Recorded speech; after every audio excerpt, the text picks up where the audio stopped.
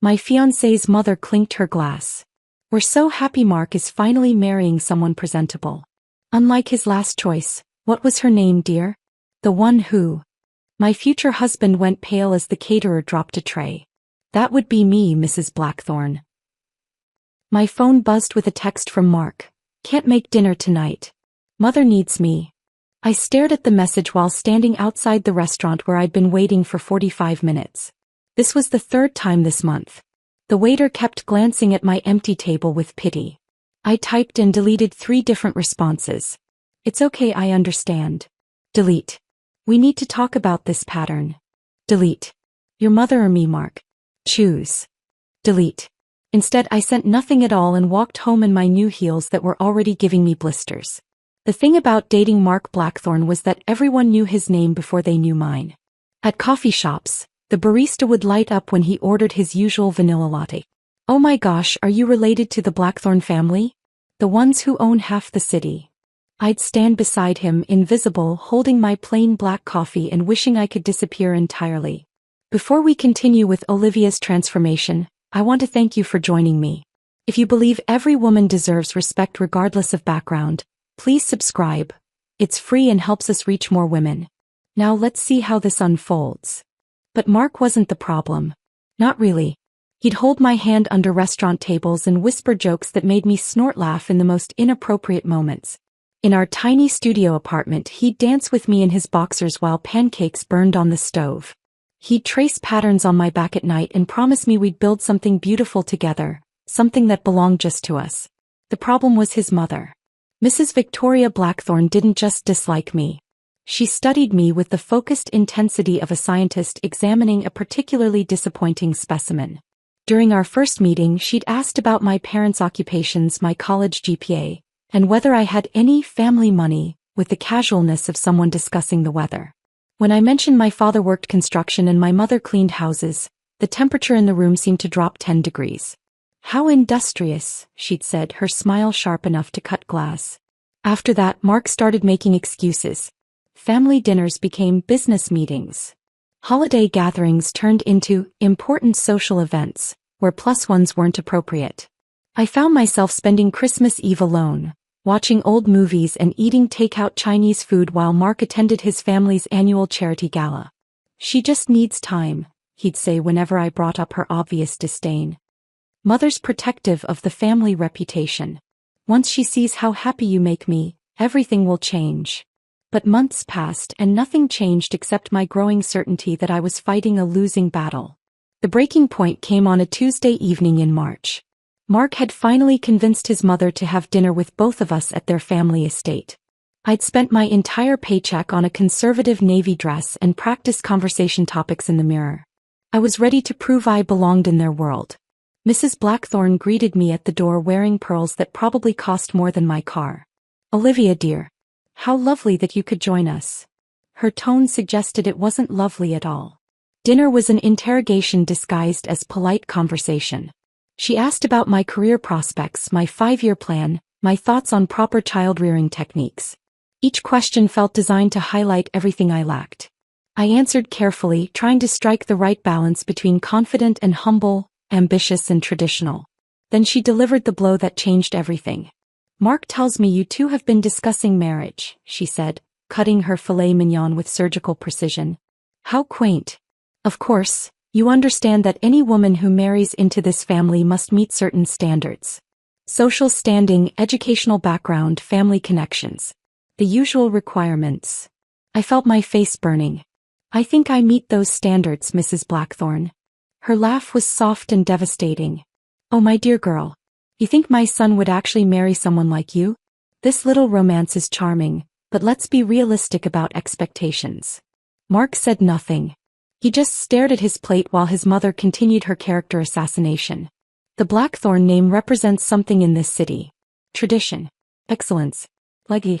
We can't have that tarnished by unfortunate associations. I stood up so quickly my chair scraped against the hardwood floor. Thank you for dinner, Mrs. Blackthorne. Mark, I'll wait for you outside.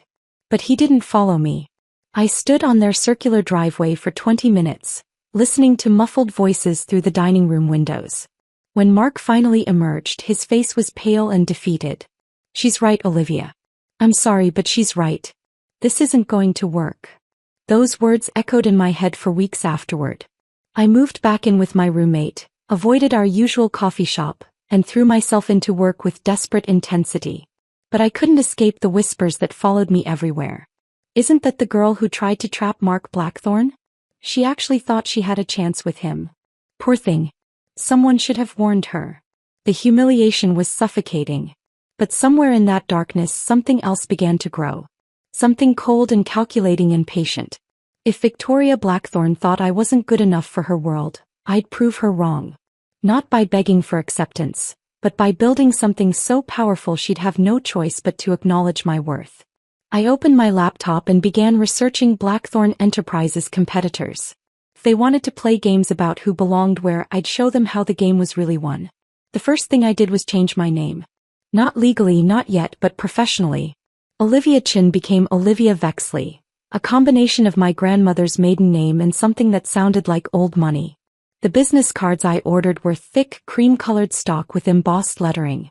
When I handed them out, people assumed I came from somewhere important. Morrison and Associates didn't know what hit them. I arrived at 7 each morning and left after midnight, taking on cases nobody else wanted. The difficult clients, the impossible deadlines, the projects that made senior partners grimace. I said yes to everything. My supervisor, Janet, pulled me aside after my third consecutive 18-hour day. "Olivia, you're going to burn out if you keep this pace." "I'm fine," I told her, organizing client files that didn't need organizing. "I like staying busy." What I didn't tell her was that staying busy kept me from thinking about Mark's face when he chose his mother over me. Work became my drug and I mainlined it every chance I got. The Blackthorne research consumed my evenings. I subscribed to business journals, financial newsletters, industry gossip columns. I learned their expansion patterns, their acquisition strategies, their board members' voting histories. Mrs. Blackthorne served on the museum board with Patricia Hendricks, whose husband ran the city's largest construction firm. That firm had been underbidding Blackthorne projects for 2 years running. I made a note to remember Patricia's name. 3 months after our breakup, I got promoted to senior associate. 6 months later, I was handling my own client portfolio. The money started flowing in and I moved to a 1-bedroom apartment in the financial district. Nothing fancy, but it had a view of the Blackthorne building's distinctive glass facade. Every morning I'd drink my coffee while staring at those windows, wondering if Mark ever looked out and thought about me. My transformation wasn't just professional. I hired a personal stylist, traded my drugstore makeup for department store brands, and learned to speak with the kind of confident authority that made people lean in when I talked. The girl who used to apologize for taking up space disappeared entirely. At networking events, I became a different person. I'd glide through crowds in designer dresses I couldn't quite afford yet, collecting business cards and dropping carefully crafted hints about my growing client list. The key was listening more than talking, remembering personal details, and following up with handwritten thank you notes. "Olivia Vexley," I'd say, extending my hand with a firm grip. "Such a pleasure to meet you." People remembered the name. More importantly, they remembered the woman who spoke it. The breakthrough came during a charity auction for the Children's Hospital. I'd bought a table, invited clients, and wore a black cocktail dress that had cost more than my first car. Halfway through the evening, I spotted familiar faces across the room. Mark's business partner, David Sterling, was bidding aggressively on a weekend in the Hamptons. His wife stood beside him, dripping in diamonds that caught the ballroom lights. I waited until the auction ended, then approached their table during dessert. "David Sterling," I said, my voice warm with recognition. "Olivia Vexley from Morrison and Associates. We met briefly at the Harbor Club last spring." He squinted, trying to place me, then his face brightened. "Of course. You handled that messy acquisition for the Patterson Group. Brilliant work, if I remember correctly." I hadn't handled that case, but I'd studied it extensively. "You're too kind. I heard through the grapevine that Blackthorne might be looking for outside counsel on their upcoming merger. Such an exciting opportunity." David's expression shifted slightly. "Where did you hear that?" "Oh, you know how these things go. Industry whispers." I sipped my champagne, watching his face carefully. "I'm sure whoever lands that account will do wonderful work." What I'd actually heard was that Blackthorn was hemorrhaging money on legal fees, switching firms every few months when cases went badly. David's tight smile confirmed my suspicion. Industry whispers can be so unreliable, he said. Absolutely. Well, it was lovely seeing you again. I walked away knowing I'd planted the right seed. Within a week, David had called Morrison asking about my availability for a discreet consultation. The irony wasn't lost on me. The same company that had rejected me as unsuitable for their family was now paying my firm's premium rates for my expertise. I sat in their conference room taking notes while David outlined their legal challenges, and felt a satisfaction that was almost intoxicating. My apartment upgraded again, this time to a 2-bedroom with floor-to-ceiling windows. I furnished it with pieces that screamed success. A white leather sofa, abstract paintings, fresh orchids delivered weekly. When colleagues visited, they'd whistle appreciatively and ask how I afforded such luxury on an associate's salary. Good investments, I'd say mysteriously. The truth was simpler. I lived, breathed, and dreamed about success because it was the only thing that dulled the ache of remembering how small they'd made me feel. Every promotion, every new client, every expensive purchase was another step away from the girl who'd begged for acceptance. Late at night, when the city lights blurred through my windows, I'd sometimes catch my reflection and barely recognize the woman staring back. She was polished, confident, untouchable. She was everything Mrs. Blackthorn had said I could never become. But she was also hollow. The success felt real, but the person achieving it sometimes felt like an elaborate performance. I'd perfected the art of being Olivia Vexley so completely that I wasn't sure Olivia Chin existed anymore. The newspaper article changed everything. Blackthorn Enterprises under investigation for financial irregularities. I read it over morning coffee, my hands steady even as my pulse quickened. The scandal involved offshore accounts, questionable partnerships, and regulatory violations that could cost them millions in fines. I set down my cup and reached for my phone. It was time to make some calls. Within 48 hours, 3 different reporters had contacted me for background information about Blackthorn's business practices. I provided carefully neutral responses, never saying anything directly damaging but asking the kind of pointed questions that made them dig deeper. The feeding frenzy had begun and I was finally ready to feast. Mark's number appeared on my phone screen at 9:47 p.m. on a Tuesday. I let it ring 4 times before answering, long enough to sound busy but not dismissive.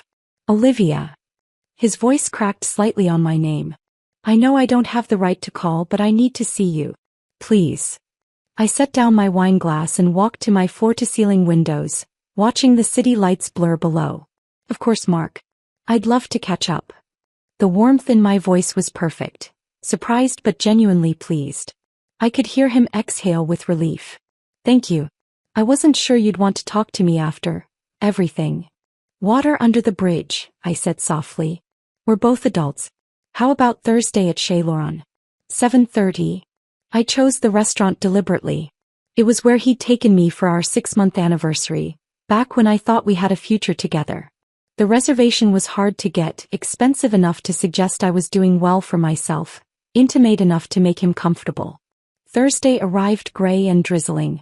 I spent an hour getting ready, choosing a burgundy dress that was sophisticated without being flashy. My makeup was flawless but understated.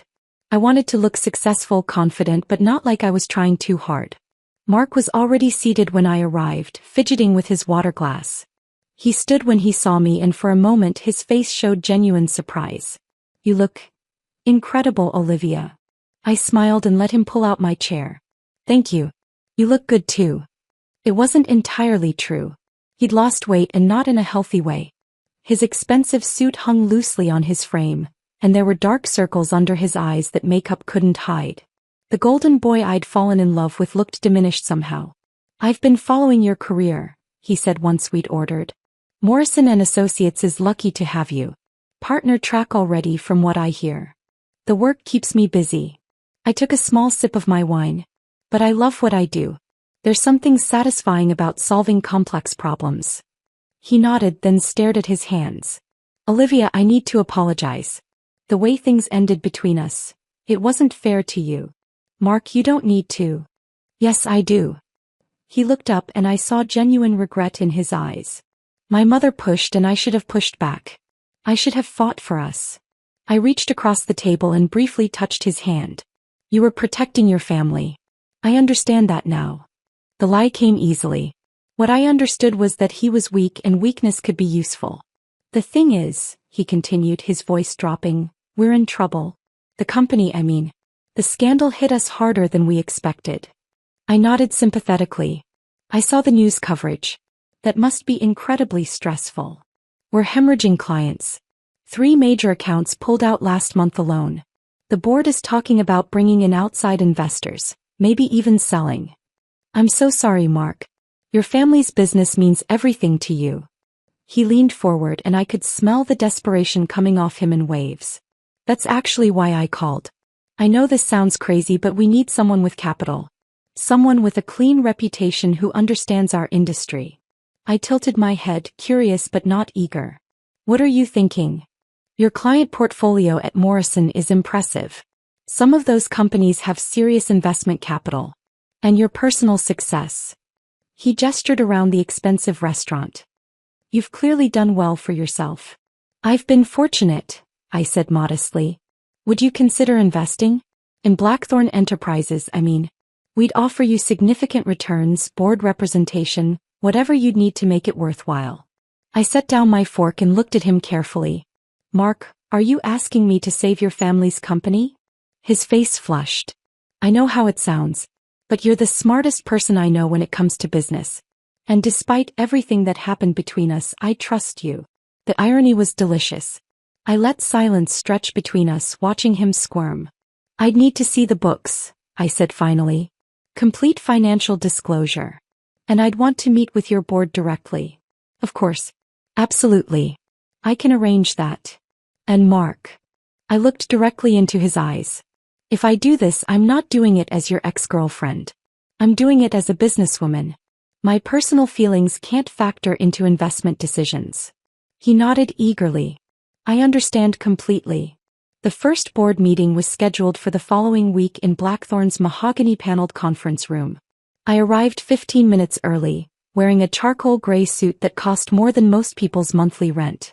Mrs. Blackthorn was already there, holding court with 3 elderly men in expensive ties. She turned when I entered, and for a split second, I saw confusion flicker across her face. She knew she recognized me but couldn't quite place where. Mrs. Blackthorn, I said, extending my hand with a confident smile. Olivia Vexley. Such a pleasure to finally meet you properly. Her handshake was firm, her smile automatic. Miss Vexley. Mark speaks so highly of your business acumen. He's very kind. I understand you're looking for strategic investment partners. What followed was 2 hours of financial presentations, market analysis, and carefully orchestrated charm. I asked the right questions, showed just enough concern to seem thorough, and gradually positioned myself as their potential savior.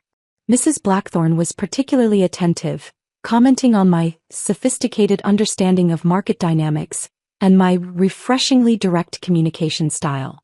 She had no idea she was praising the same girl she'd dismissed as unsuitable breeding stock 2 years earlier. Your proposal is quite generous, I said as the meeting wound down.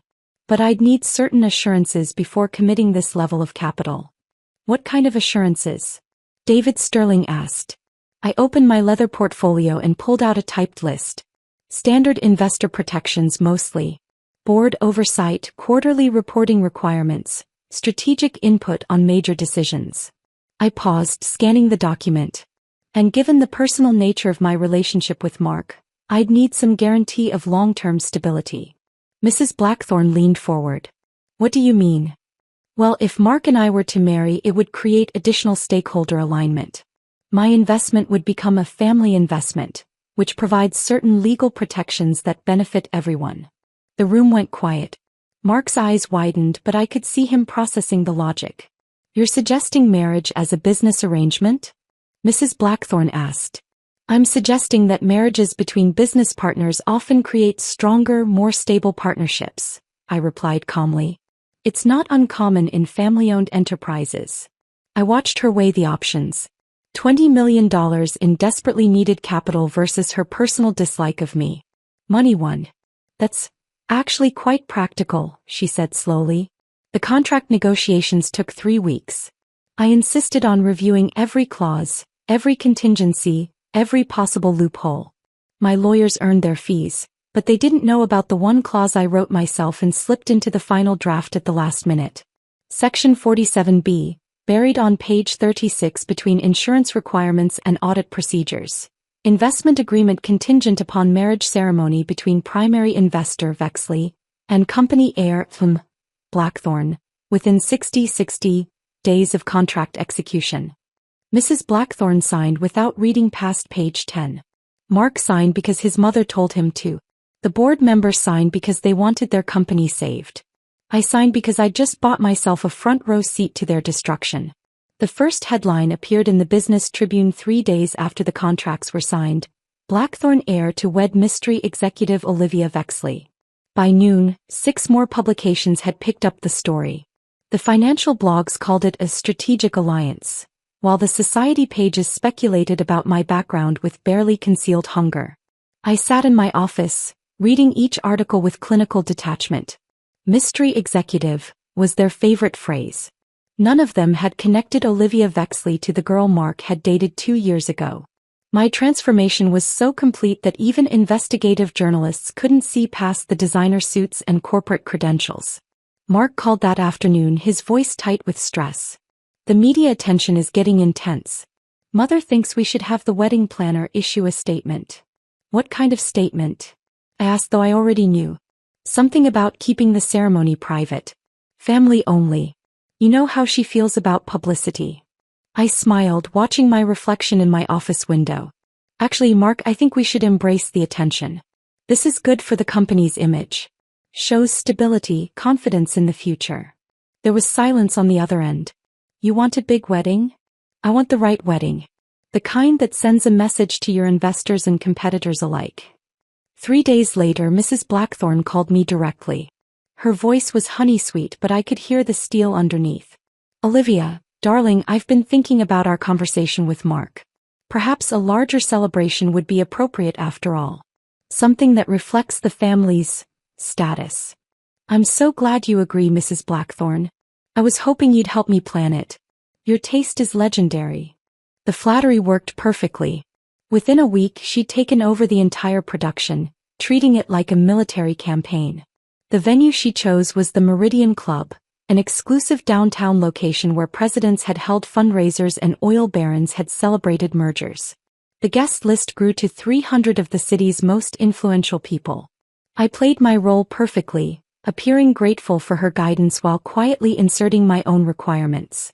The flowers had to be white orchids imported from Thailand. The menu needed to include certain dishes. The seating arrangement required my careful approval. You have such sophisticated preferences, Mrs. Blackthorne told me during one of our planning sessions. Where did you develop such refined taste? My grandmother, I lied smoothly. She always said presentation was everything in business. The dress shopping trip was particularly satisfying. Mrs. Blackthorne insisted on accompanying me to her personal stylist at Bergdorf Goodman, where dresses started at $10,000.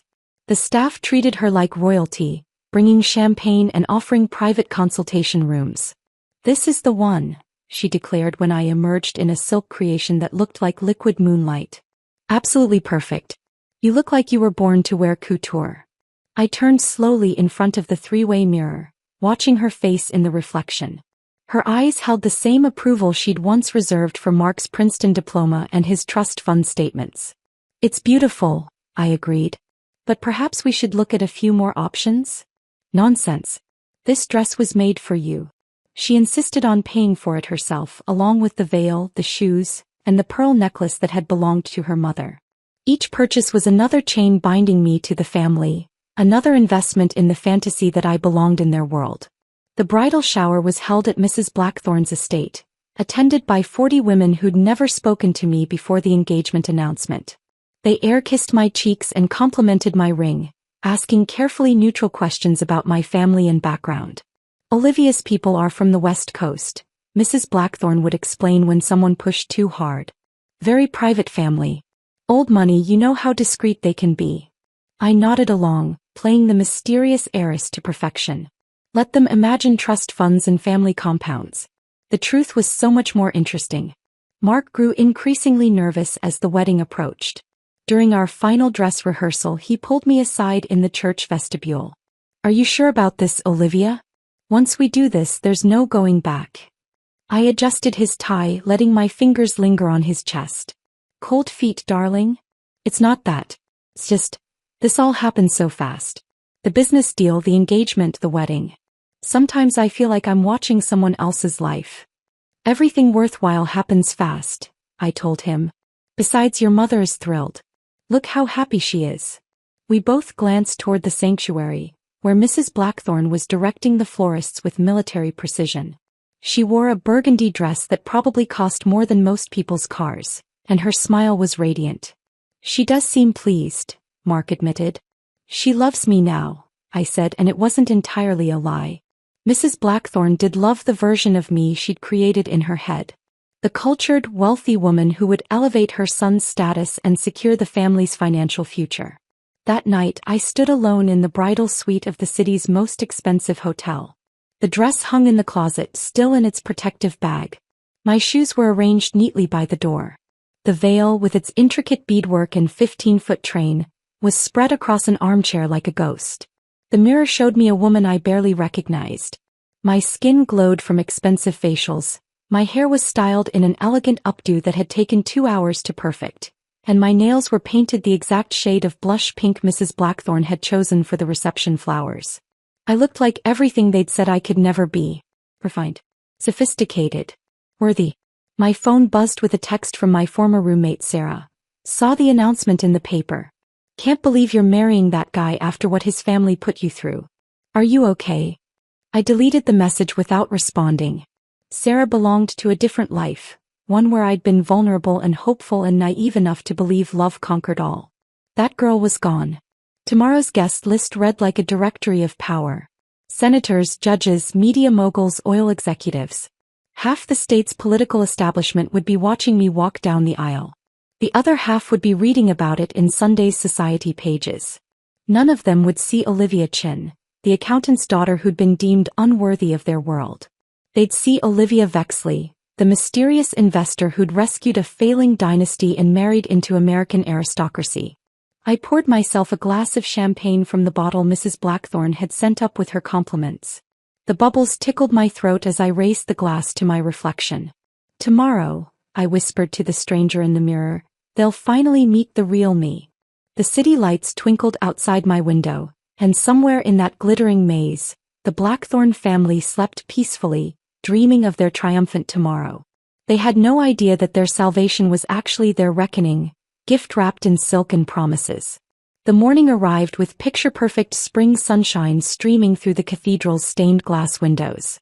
I woke to the sound of florists arranging thousands of white orchids in the sanctuary below my hotel suite. The air smelled of expensive perfume and fresh flowers, exactly as I'd imagined it would. My bridal party arrived at 8 sharp. Mrs. Blackthorne had insisted on hiring professional hair and makeup artists, women who regularly worked with celebrities and society wives. They transformed me into a vision of bridal perfection, painting my face with subtle glamour and weaving tiny pearls through my elaborate updo. "You look absolutely radiant," gushed Penelope Worthington, Mrs. Blackthorne's closest friend and my designated matron of honor. She'd known me for exactly 6 weeks but spoke as if we'd been childhood companions. Victoria must be beside herself with joy. Through the window I could see guests arriving in luxury cars and limousines. Senators stepped out of black town cars while media moguls emerged from vintage Rolls-Royces. The parking area looked like a showcase of American wealth and power. Mrs. Blackthorne swept into my suite at noon, wearing a champagne-colored dress that complemented my gown perfectly. Her eyes misted when she saw me in the full regalia. "Oh darling, you're absolutely perfect." She fastened her grandmother's pearl necklace around my throat with trembling fingers. "Welcome to the family, truly." I squeezed her hands, feeling the expensive rings she wore on every finger. "Thank you for accepting me, Mrs. Blackthorne. This means everything." The words tasted bitter in my mouth, but my voice remained steady and warm. The limousine ride to the cathedral took 12 minutes. Mrs. Blackthorne held my hand the entire way, pointing out guests she recognized on the sidewalk and sharing stories about the cathedral's history. Her nervous chatter revealed how much this wedding meant to her social standing. Senator Morrison is here and the Pemberton family. Oh, and there's Judge Blackwell with his wife. This is exactly the kind of wedding that shows everyone the Blackthorn name still commands respect. I nodded along, watching the crowd through tinted windows. 300 of the city's most influential people had gathered to witness what they believed would be my transformation from successful businesswoman to Blackthorn family member. The cathedral doors opened and organ music swelled through the space.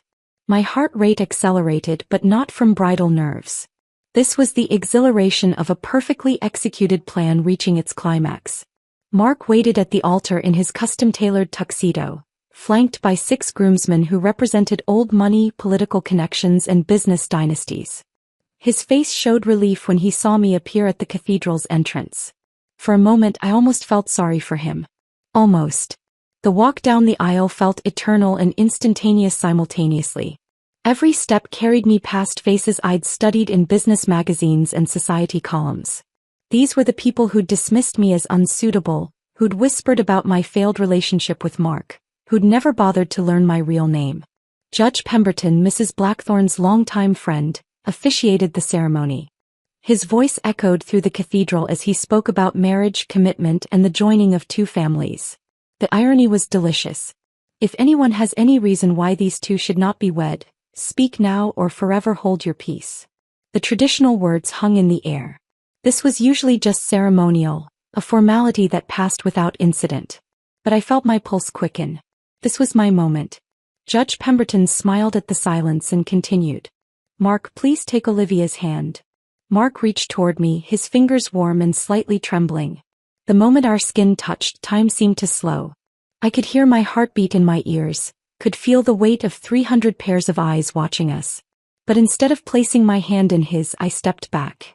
Actually, I said, my voice carrying clearly through the cathedral's acoustics, there is something I need to say first. A ripple of confusion moved through the crowd. Mark's face went pale, his hand still extended toward me. Olivia, he whispered. What are you doing? I turned to face the assembled guests, my voice projecting with the confidence I'd spent 2 years perfecting. Before we continue, there's something you all should know about the woman you're watching today. The murmur that started in the front pews spread backward like a wave. Mrs. Blackthorn's face showed alarm, then confusion, then something approaching panic. I gestured toward the projection screen that had been set up for our reception slideshow. My assistant, positioned in the balcony as planned, activated the equipment. The image appeared in crisp, undeniable detail. Me 3 years ago standing outside Mark's office building in a discount dress and drugstore makeup, holding a small gift bag and looking hopeful. This was me, I said, my voice cutting through the shocked silence. 3 years ago. The woman Mrs. Blackthorn called a gold digger. The one she said wasn't presentable enough for her family. The girl she swore would never ever marry her son. The gasps started in the front row and spread through the cathedral like wildfire. I watched Mrs. Blackthorn's face drain of color as recognition finally dawned. Her mouth opened and closed soundlessly. You see, I continued, Mrs. Blackthorn was right about one thing. That girl wasn't good enough for your family. But she was smart enough to become someone who could destroy it. Mark stepped toward me, his voice breaking. Olivia, please. Don't do this. Whatever you're angry about, we can fix it. We can. I raised my hand and he stopped mid-sentence. The power in that simple gesture was intoxicating. Your empire's gone, Mark. My investment firm now owns controlling interest in your company's debt. The contracts you signed so eagerly last month? They contained more than just marriage clauses. I pulled a folded document from my bouquet, where I'd hidden it among the orchid stems. Your board voted unanimously to accept my buyout offer yesterday. They were very impressed with my business plan for restructuring Blackthorn Enterprises. The cathedral was completely silent now. Even the organist had stopped playing. Mrs. Blackthorn, I said, turning to face the woman who'd shaped my transformation, you once told me I wasn't presentable enough for your world. Today, I'm here to tell you that your world wasn't worthy enough for me. I handed Judge Pemberton the document, my voice clear and final. The wedding is off. Judge Pemberton stared at the document in his hands, his face ashen. The cathedral had fallen into complete silence, the kind that feels heavy and suffocating. 300 of the city's most powerful people sat frozen in their pews, champagne flutes suspended halfway to their lips, pearls catching the colored light from stained glass windows. I could hear my own heartbeat, the rustle of my silk dress, the distant sound of traffic outside.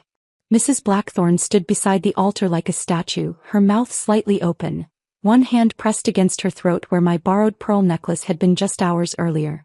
"Olivia," Mark's voice cracked across the silence. "Please, don't do this. We can work something out. Whatever you want, whatever you need." I turned to look at him one final time. He looked smaller somehow, diminished in his expensive tuxedo. The golden boy who'd once made me believe in fairy tales now stood before me begging for mercy I had no intention of giving. "What I wanted," I said quietly, "was for your mother to see me as worthy of basic human respect. What I needed was for you to choose me over her approval just once. You had your chance, Mark. You chose poorly." I lifted the heavy train of my wedding dress and turned my back on the altar, on the family, on the life they'd convinced me I should want. The walk back down the aisle felt different this time. Each step was deliberate, powerful, final. The guests turned their heads as I passed, their faces showing everything from shock to admiration to barely concealed glee. Senator Morrison's wife actually smiled at me, a tiny nod of approval that suggested she'd witnessed similar family dramas in her own circles. Judge Blackwell's daughter raised her champagne glass in a subtle toast. At the back of the cathedral, I paused at the holy water font where an enormous arrangement of white orchids created a fragrant backdrop. Without ceremony, I pulled the $15,000 bouquet apart, letting the imported Thai orchids scatter across the marble floor. The sound of expensive petals hitting stone felt like punctuation marks at the end of a very long sentence.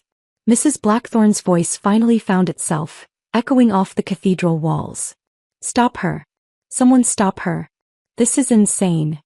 But no one moved. The city's power brokers, political elite, and social aristocracy sat in their pews watching my exit with the fascination of people witnessing history. This wasn't just a cancelled wedding. This was the public execution of a dynasty, performed by someone they'd all underestimated. The cathedral doors opened to reveal a perfect spring afternoon. My driver, Thomas, stood beside the vintage Rolls-Royce I'd hired for the occasion. His face remained professionally neutral, but I caught the hint of a smile when he saw me emerge alone. "Change of plans, Thomas," I said, gathering my dress to step into the car. "We won't be going to the reception." "Of course, Miss Vexley. Where would you like to go?" I settled into the leather seat, feeling the weight of the day lift from my shoulders. "Home. And Thomas? Stop at that little flower shop on 5th Street. As we pulled away from the cathedral, I could see the chaos beginning through the rear window. Guests were streaming out of the building, cell phones already pressed to their ears. Mrs. Blackthorne stood on the steps, gesticulating wildly while Mark tried to calm her down. The scene looked like something from a disaster movie. At the flower shop, I purchased a simple bunch of daisies for $12. The elderly florist recognized me from the morning news coverage and tried to refuse payment. "Please," she said, pressing the flowers into my hands. "After what you just did, these are on the house." Back in my penthouse, I changed out of the wedding dress and hung it in the back of my closet, still in its pristine condition. It would serve as a reminder of how completely I'd transformed myself, how thoroughly I'd infiltrated their world. The first news alert appeared on my phone at 4:17 p.m. Blackthorne wedding called off in dramatic cathedral confrontation. By evening, the story had been picked up by national outlets. The photos they used showed me walking away from the altar, my face serene and determined. The calls started immediately. Reporters, business colleagues, former friends who'd crawled out of the woodwork hoping for inside information. I ignored them all, letting my phone buzz uselessly on the kitchen counter while I opened a bottle of champagne that had been chilling for 2 years. Mark's first text arrived at sunset. "Olivia, please call me. We need to talk. I can fix this." His second came an hour later. "My mother is devastated. The family is in shambles. Is this really what you wanted?" The third, sent near midnight, was different. "I deserve this. I know I do. But please just tell me it's over. Tell me you're done." I read each message, then deleted them without responding. He still didn't understand. This had never been about him. My laptop chimed with email notifications throughout the evening. Business Week wanted an exclusive interview. The Wall Street Journal was preparing a profile on my investment strategy. 3 different literary agents had reached out about book deals. But the message that made me smile came from an unexpected source. Patricia Hendricks, Mrs. Blackthorne's former friend from the museum board. Olivia, darling. What a performance today. I've been waiting 20 years for someone to put Victoria in her place. Lunch next week? I have some business propositions that might interest you. I poured myself another glass of champagne and walked to my floor-to-ceiling windows. The city sprawled below me, its lights twinkling like fallen stars. Somewhere out there, the Blackthorne family was probably in crisis mode, trying to figure out how to salvage their reputation and their business. Tomorrow, the financial markets would open to news of their family drama. Stock prices would fluctuate. Board meetings would be called. Damage control specialists would be hired. But tonight, I stood in my penthouse wearing silk pajamas that cost more than my first apartment's rent, drinking champagne that was older than my relationship with Mark, and feeling something I hadn't experienced in years. Complete freedom. My phone buzzed one more time. Another text from Mark. I loved you. I still love you. Doesn't that count for anything? I set the phone aside without reading the rest. Love had never been the point. Respect was the currency I'd been after, and I'd finally collected payment in full. The city lights blurred slightly as I raised my glass to the window. Some brides get happily ever after, I whispered to my reflection. I got something better. I got even. But as I stood there, surrounded by the symbols of my success, I realized something had shifted. The girl who'd started this journey had wanted acceptance. The woman who'd finished it had discovered something far more valuable. The knowledge that she didn't need their approval to build an empire. Mrs. Blackthorne had been wrong about many things, but she'd been right about one. I wasn't the same person who'd walked into their world 3 years ago. I was better. If this story of ultimate revenge had you cheering for Olivia, hit that like button right now. My favorite part was when she revealed that old photo at the altar, watching Mrs. Blackthorne's face drain of color. What was your favorite moment? Drop it in the comments below. Don't miss more empowering stories like this. Subscribe and hit that notification bell so you never miss an upload. My name is Sophia Miller, 28, and yesterday I was bubbling with excitement for my brother Jason's wedding. The rehearsal dinner at my parents' home was perfect: laughter, champagne, and family everywhere. I can't wait for tomorrow, I announced, raising my glass. That's when Aunt Patricia froze, her champagne flute slipping from her fingers, shattering on the floor. The room fell silent as everyone stared at her pale face. In that moment, I had no idea how those 5 innocent words would shatter our family forever. Before I continue the story that changed everything for us, drop a comment letting me know where you're watching from. Hit that like and subscribe button if you've ever experienced a family secret that turned your world upside down. Trust me, you'll want to stick around for this one. Jason and I have always been inseparable, despite the 4-year age gap between us.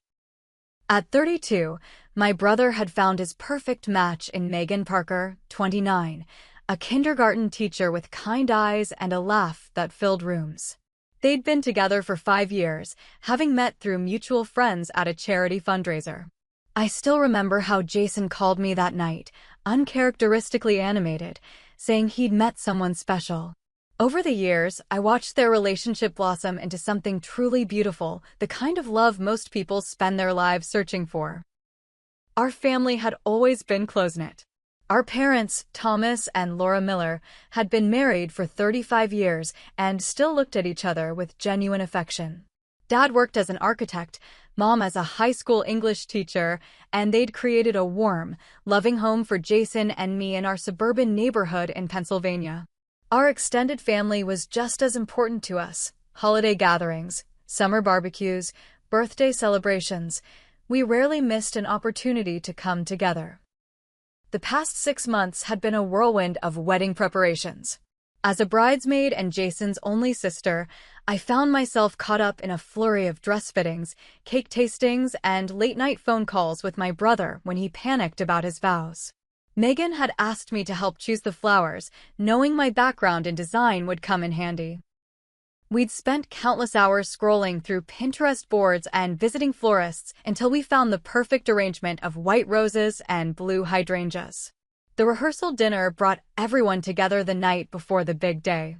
Grandmother Elizabeth, 82, commanded attention as always, regaling Meghan's younger cousins with stories from her youth. Despite her age, Grandma's mind remained razor-sharp, and she never missed a detail. She'd been particularly invested in this wedding, having adored Meghan from their first meeting. Uncle Robert, Dad's younger brother, sat with his wife, Aunt Patricia. At 55, Patricia had always been the quieter presence at family gatherings, polite but somewhat reserved. I'd noticed she seemed a bit distant throughout the wedding planning process, but I'd chalked it up to her naturally introverted personality. My cousins Amber and Kyle, their children, had grown up alongside Jason and me, sharing summer vacations and holiday traditions. Amber, 25, was also a bridesmaid, while Kyle, 23, would be one of the groomsmen. Meghan's parents, Brian and Jennifer Parker, had flown in from California the previous week. They were friendly and clearly affluent. Brian owned a successful tech company, and Jennifer managed their considerable charitable foundation. They generously insisted on covering most of the wedding expenses, including the breathtaking vineyard venue where tomorrow's ceremony would take place. The Willows has been booked for over a year, Mom had told me proudly as we drove to the venue for the final walkthrough. It's the most sought-after wedding location in the state.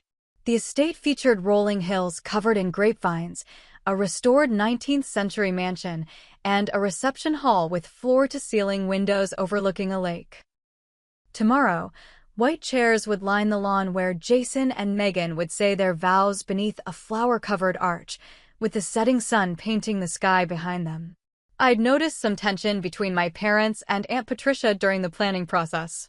Once, when discussing seating arrangements, I'd walked into the kitchen to find Mom and Patricia in what appeared to be a heated discussion that abruptly ended when they saw me. Another time, Patricia had declined to attend Meghan's bridal shower, citing a migraine. These instances seemed minor at the time, but in retrospect, they were the first warning signs. Patricia seemed particularly uncomfortable around Meghan. During the rehearsal dinner, I noticed her barely making eye contact with the bride-to-be, despite Meghan's warm attempts to engage her in conversation. When Meghan asked for family recipe suggestions to add to their collection, Patricia had muttered something about keeping things separate before changing the subject entirely. "Is everything okay with Aunt Patricia?" I'd asked Mom quietly while helping to arrange dessert plates. "She's just emotional about the wedding," Mom had replied, too quickly. "You know how she gets." But I didn't know. In all the years of family events, I'd never seen Patricia behave quite like this. Still, I pushed my concerns aside. Tomorrow was Jason and Meghan's day, and nothing was going to spoil it, or so I thought. The rehearsal at the venue had gone smoothly that afternoon. The wedding coordinator, a no-nonsense woman named Valerie, had guided us through our positions and timing. Jason had pretended to swoon when Meghan walked down the practice aisle, making everyone laugh. The pastor had reminded us about the importance of speaking clearly into the microphones. Everything was falling perfectly into place. Back at my parents' house for the dinner afterward, the atmosphere was jovial. Dad had set up tables in the backyard, strung with fairy lights that twinkled as the sun set. Mom's garden provided a beautiful backdrop, her prized roses in full bloom. The catering company had outdone themselves with a selection of Jason and Meghan's favorite foods, from elegant seafood appetizers to comfort food classics. As champagne flowed and conversations hummed around me, I felt a deep contentment. In less than 24 hours, my brother would be married to the woman he loved, surrounded by everyone who mattered to them. What could possibly go wrong? The rehearsal dinner was in full swing by 8 o'clock. The backyard of my parents' home had transformed into an enchanted space under the May evening sky. String lights crisscrossed above the tables, creating a canopy of warm light against the deepening blue. The catering staff moved efficiently between guests, refilling wine glasses and clearing empty plates. The gentle clinking of silverware and waves of laughter created the perfect soundtrack for our family celebration. I'd been floating from table to table, making sure everyone had what they needed, sharing in the excitement that permeated the air. Jason and Megan sat at the center table, her hand resting comfortably in his, their heads occasionally tilting together to share private words amid the public celebration. They looked radiant, both glowing with anticipation for tomorrow's ceremony. Around 9:30, Dad stood up, champagne flute in hand, to make a toast. As the patriarch of our family, his words carried special weight. He spoke eloquently about watching Jason grow from a curious little boy into the accomplished man before us, about welcoming Megan into our family, about the journey of marriage that lay ahead of them. Tears glistened in many eyes as he finished. To Jason and Megan, he said, raising his glass higher, "May tomorrow be the beautiful beginning of your lifetime together."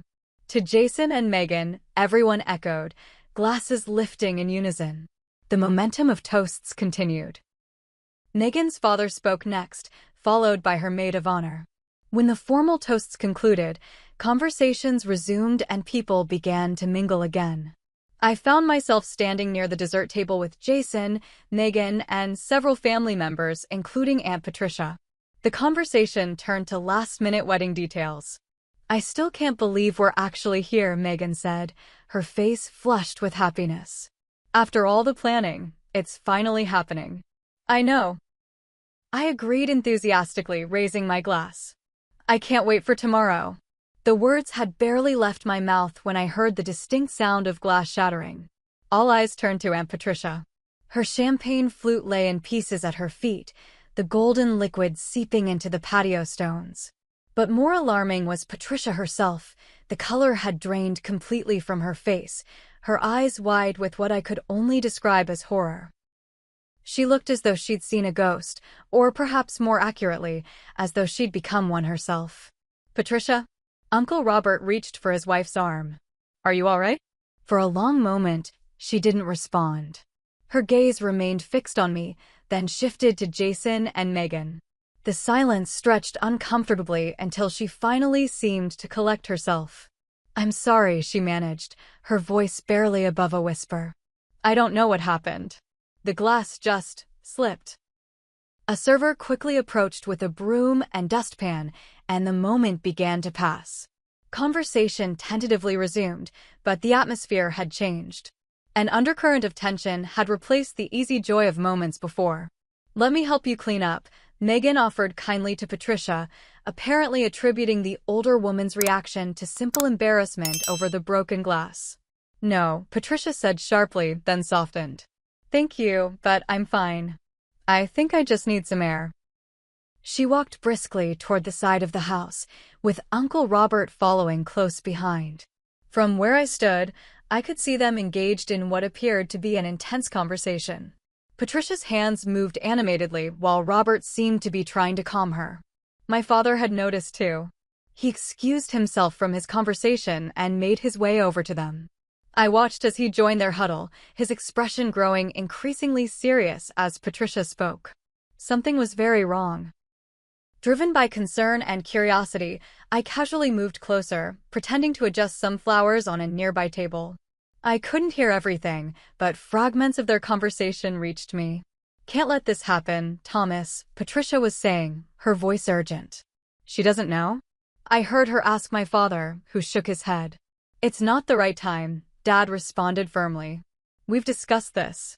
Patricia's response was too quiet to catch, but the word irresponsible floated toward me. Jason appeared at my side, making me jump slightly. "What's going on?" he asked, nodding toward the three adults in serious conversation. "I have no idea," I replied honestly. "Aunt Patricia seems upset about something." A crease formed between Jason's eyebrows. "Mom's acting weird too." She practically sprinted after Dad when she saw him talking to Patricia. Sure enough, our mother had joined the group, her posture tense. I watched as she placed a restraining hand on Patricia's arm, only to have it shaken off. When they finally returned to the party, the four of them wore carefully composed expressions that didn't reach their eyes. Mom was especially attentive to Megan for the remainder of the evening, while Dad stayed close to Jason. Patricia avoided both the bride and groom, keeping to the peripheral of the gathering until she and Uncle Robert made an early departure. "We have a long day tomorrow," Patricia said as she hugged me goodbye, her arms stiff and her smile forced. Get some rest, Sophia. As guests began to leave, I tried to question Jason about what he thought might be happening, but he seemed distracted. Probably just wedding stress, he deflected, though the look he exchanged with our father suggested otherwise. Don't worry about it, sis.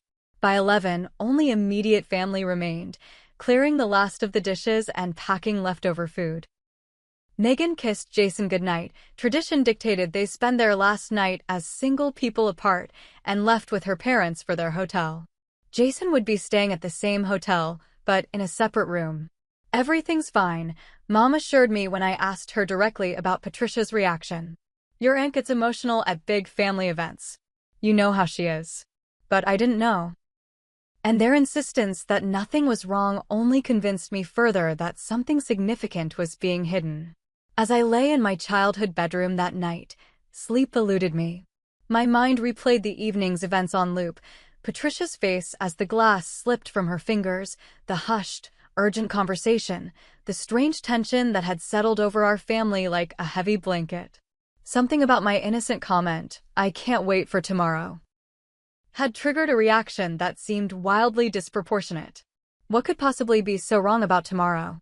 What did Aunt Patricia know that the rest of us didn't? The red numbers on my bedside clock flipped to 12 a.m. when my phone buzzed with a text message. The sudden illumination in my dark bedroom made me blink as I reached for the device. Meet me on the porch. Now. Patricia, I sat up, heart racing. Aunt Patricia had left hours ago. What was she doing back at my parents' house at midnight? And more importantly, what was so urgent that it couldn't wait until morning? Slipping out of bed, I pulled on a cardigan over my pajamas and carefully opened my bedroom door. The house was quiet, my parents presumably asleep after the long evening.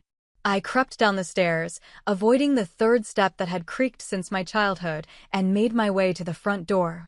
The porch light was off, but the full moon provided enough illumination to see Aunt Patricia sitting on the swing, her posture rigid. She didn't look up when I opened the door. Aunt Patricia? I whispered, closing the door softly behind me. What's going on? Is everything okay? She finally turned to me, and I was struck by how tired she looked, beyond the physical exhaustion of a long day. This was a bone-deep weariness that seemed to have aged her overnight. Sit down, Sophia, she said, patting the space beside her on the swing. I did as she asked, the old chains creaking slightly under our combined weight. For several long moments, Patricia said nothing, just stared out into the darkness of the front yard. I shouldn't be here, she finally said. Your father would be furious if he knew. Knew what? I prompted gently. Patricia took a deep breath, her hands twisting in her lap. I've been carrying this for months now. Ever since Jason announced the engagement. I thought your parents would handle it. I thought surely they wouldn't let it get this far. Let what get this far? The wedding? She nodded, still not meeting my eyes. Sophia, what I'm about to tell you will change everything. And once you know, you can't unknow it. Are you sure you want that responsibility? A chill ran down my spine despite the mild May night. If something's wrong, I need to know. Especially if it affects Jason. Patricia closed her eyes briefly, as if gathering courage.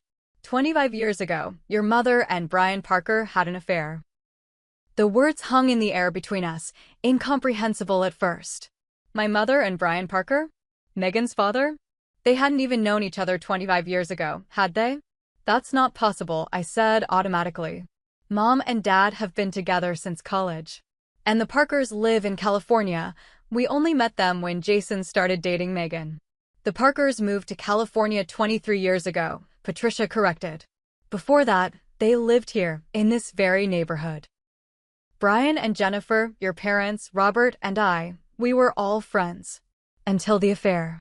My mind reeled, trying to process this information. But why would no one ever mention this? Why would Mom and Dad act like they were meeting the Parkers for the first time when Jason introduced them? Patricia's laugh was hollow. Because that's the story they all agreed to tell. After what happened, the Parkers moved away. We all decided it would be better to make a clean break. When Jason brought Megan home 5 years ago and introduced her parents, everyone played along with the charade. This doesn't make sense, I insisted, though a creeping dread was beginning to form in the pit of my stomach. Even if there was an affair, what does that have to do with the wedding? Patricia turned to face me fully then, her expression grave. Sophia, the affair happened while your father was away on a 6-month project in Europe. Your mother was pregnant when he returned. The implication of her words hit me like a physical blow. No, I breathed. You can't mean. Jason and Megan are half-siblings, Patricia said, her voice barely audible. They share the same biological father. The world seemed to tilt beneath me. I gripped the edge of the swing to steady myself, ball rising in my throat.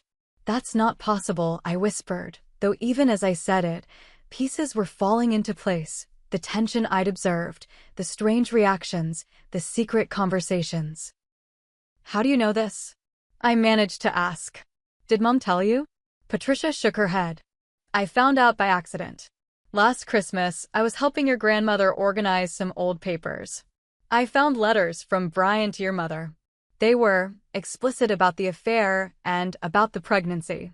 When I confronted Elizabeth, she confirmed everything. Apparently, she's known from the beginning. Grandma knows. The betrayal cut deeper. Everyone knows, Sophia. Your parents, the Parkers, even your grandmother. Everyone except you, Jason, and Megan. But this is insane. They're about to get married. They've been together for 5 years. How could everyone let this happen? Patricia's shoulders slumped. When Jason first introduced Megan, your parents were horrified. They tried to discourage the relationship without revealing the truth. But the more they pushed against it, the more determined Jason became. By the time they realized how serious it was getting, Jason and Megan were already deeply in love. So they just, decided to let them get married? Their own children. The disgust in my voice was palpable. I've been arguing with your parents for months, Patricia said. I told them they had to tell the truth before the engagement, then before the wedding planning started, then before the invitations went out. Each time, they found a reason to delay. It would destroy them, your mother said. We'll find the right moment, your father promised. I stood up abruptly, the swing rocking violently behind me. There is no right moment to tell someone they're about to marry their sibling. How could they be so selfish? Your mother convinced herself that since Thomas raised Jason as his own, it doesn't really matter. Brian believes that what they don't know won't hurt them. They've all decided that the truth would cause more pain than the secret. The truth will come out eventually, I said. What happens when they have children? When those children have health issues because their parents are related? Patricia nodded grimly. Those are the exact arguments I've been making. But no one would listen. That's why I reacted the way I did tonight, when you said you couldn't wait for tomorrow. Because I know what tomorrow will bring. A wedding that should never take place. I leaned against the porch railing, trying to process the enormity of what I'd just learned. My brother, my beloved brother, was about to marry his half-sister, and every adult in his life who should have protected him had chosen to remain silent. Why are you telling me this now? I asked finally. Why not months ago, when something could have been done more gently? Patricia stood, coming to stand beside me.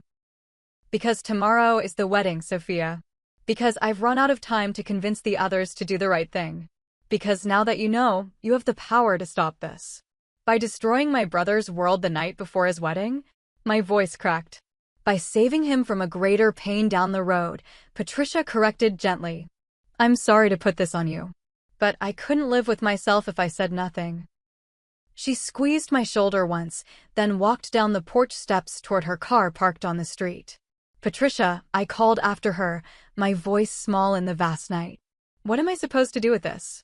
She paused, looking back at me with infinite sadness. Now it's your burden too, Sophia.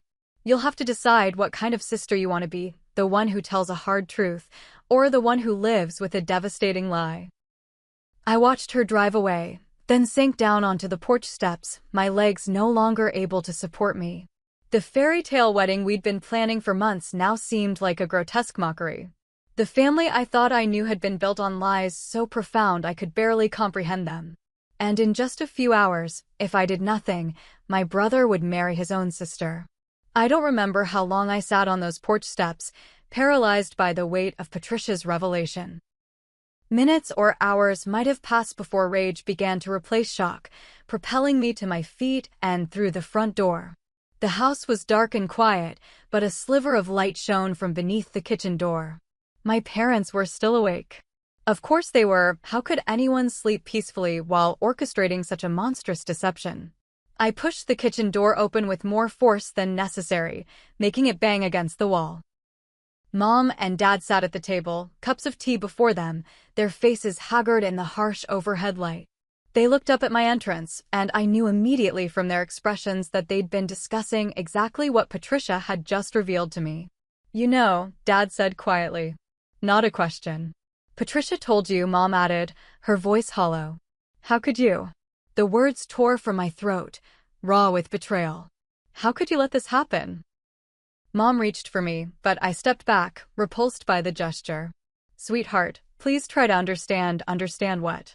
I nearly shouted, then forced myself to lower my voice, mindful of the late hour. "That you've been lying to Jason his entire life? That you're letting him marry his own sister?" "It's more complicated than that," Dad said, his face etched with lines I'd never noticed before. "Then uncomplicate it for me," I demanded, crossing my arms. "Explain to me how any of this makes sense." Mom and Dad exchanged glances, some unspoken communication passing between them. Finally, Mom sighed deeply. "Sit down, Sophia," she said. "Please." Reluctantly, I took the chair farthest from them both, my body tense with anger. 25 years ago, Mom began, her voice trembling slightly, "Your father and I were going through a difficult time. He had been offered a prestigious architectural project in Berlin. A 6-month commitment that would advance his career significantly.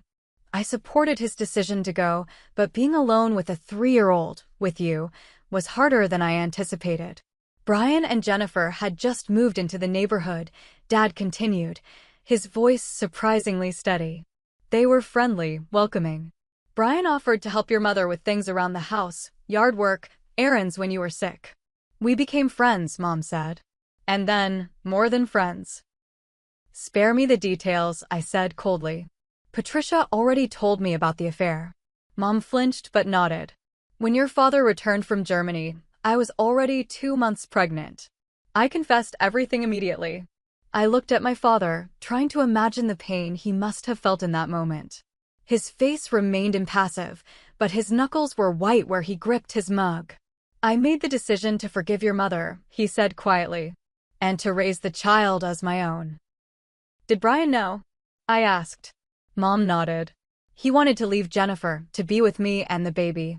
But I couldn't do that to your father, to you, to their marriage. We agreed that Thomas would be Jason's father in every way that mattered." "And you never told Jason the truth?" "In 32 years? We never saw a reason to," Dad said. "I am his father, Sophia. I was there for his first steps, his first words, every school play and baseball game. Biology doesn't change that." "No, but it does change the fact that he's about to marry his half-sister." I slammed my hand on the table, making the teacups rattle. "When did you realize who Megan was?" Mom closed her eyes briefly. "The moment Jason introduced us. Brian and Jennifer had moved to California shortly after Jason was born, part of our agreement to maintain distance. We never expected our children would somehow find each other 27 years later." "And you said nothing?" "You just smiled and welcomed them." "We were in shock," Dad admitted. "And then we saw how happy they were together. We tried to discourage the relationship indirectly. We suggested Jason was too young for something serious, that long-distance relationships rarely work, that there were other women he should date before settling down. But the more we pushed," Mom added, "the more determined he became. Jason has always been stubborn that way. So when pushing didn't work, you just gave up?" "Decided, oh well, might as well let them commit accidental incest." The bitterness in my voice surprised even me. "We consulted doctors," Dad said defensively. Discreetly. "We were told that while children of half-siblings do have increased risks for certain conditions, it's not as high as people assume. And Jason and Megan had mentioned they might adopt rather than have biological children." "You discussed their reproductive plans, but not the fact that they share a father?" I was incredulous. "By the time they got engaged, we didn't know how to tell them without destroying everyone's lives," Mom said, tears streaming down her face now. Can you imagine what it would do to Jason to learn that his entire life has been a lie? What it would do to his relationship with us, with Brian? How it would affect you? So you decided lying was kinder, I said flatly. We decided that the truth would cause irrevocable damage to two families, Dad corrected. That sometimes secrets exist for a reason. A new voice joined our conversation. Some secrets should never be kept. We all turned to see Grandmother Elizabeth standing in the doorway, her silver hair loose around her shoulders, a robe cinched tightly at her waist. Mom, my father acknowledged. You should be asleep. How can anyone sleep with all this shouting? She asked, making her way slowly to the table. Besides, it seems I'm needed. Again.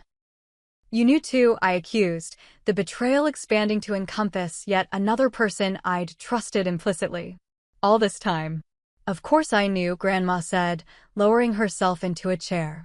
I was the first person your mother called when she found out she was pregnant. I was also the first to suggest that Thomas raise the child as his own. How can you all be so calm about this? I demanded. Don't you understand what's at stake here? Better than you might think, Grandma replied. Secrets have a way of festering, Sophia. I've lived long enough to see how they can poison a family from within. But I've also seen how the truth, delivered at the wrong moment or in the wrong way, can be equally destructive. So, what's your solution? Let the wedding happen. Of course not, Grandma said sharply. But charging off to tell Jason and Megan in the middle of the night, when everyone is exhausted and emotions are high, isn't the answer either. Then what is? I challenged. We tell them together, Dad said. Tomorrow morning. Before anything can proceed. We explain everything, all of us, and we support them through the shock and grief that will follow. That's your plan? Wait until the day of the wedding, when hundreds of guests are about to arrive, when everything is paid for and prepared. I couldn't believe what I was hearing. That's cruel. More cruel than you bursting into Jason's hotel room at Mom checked the clock.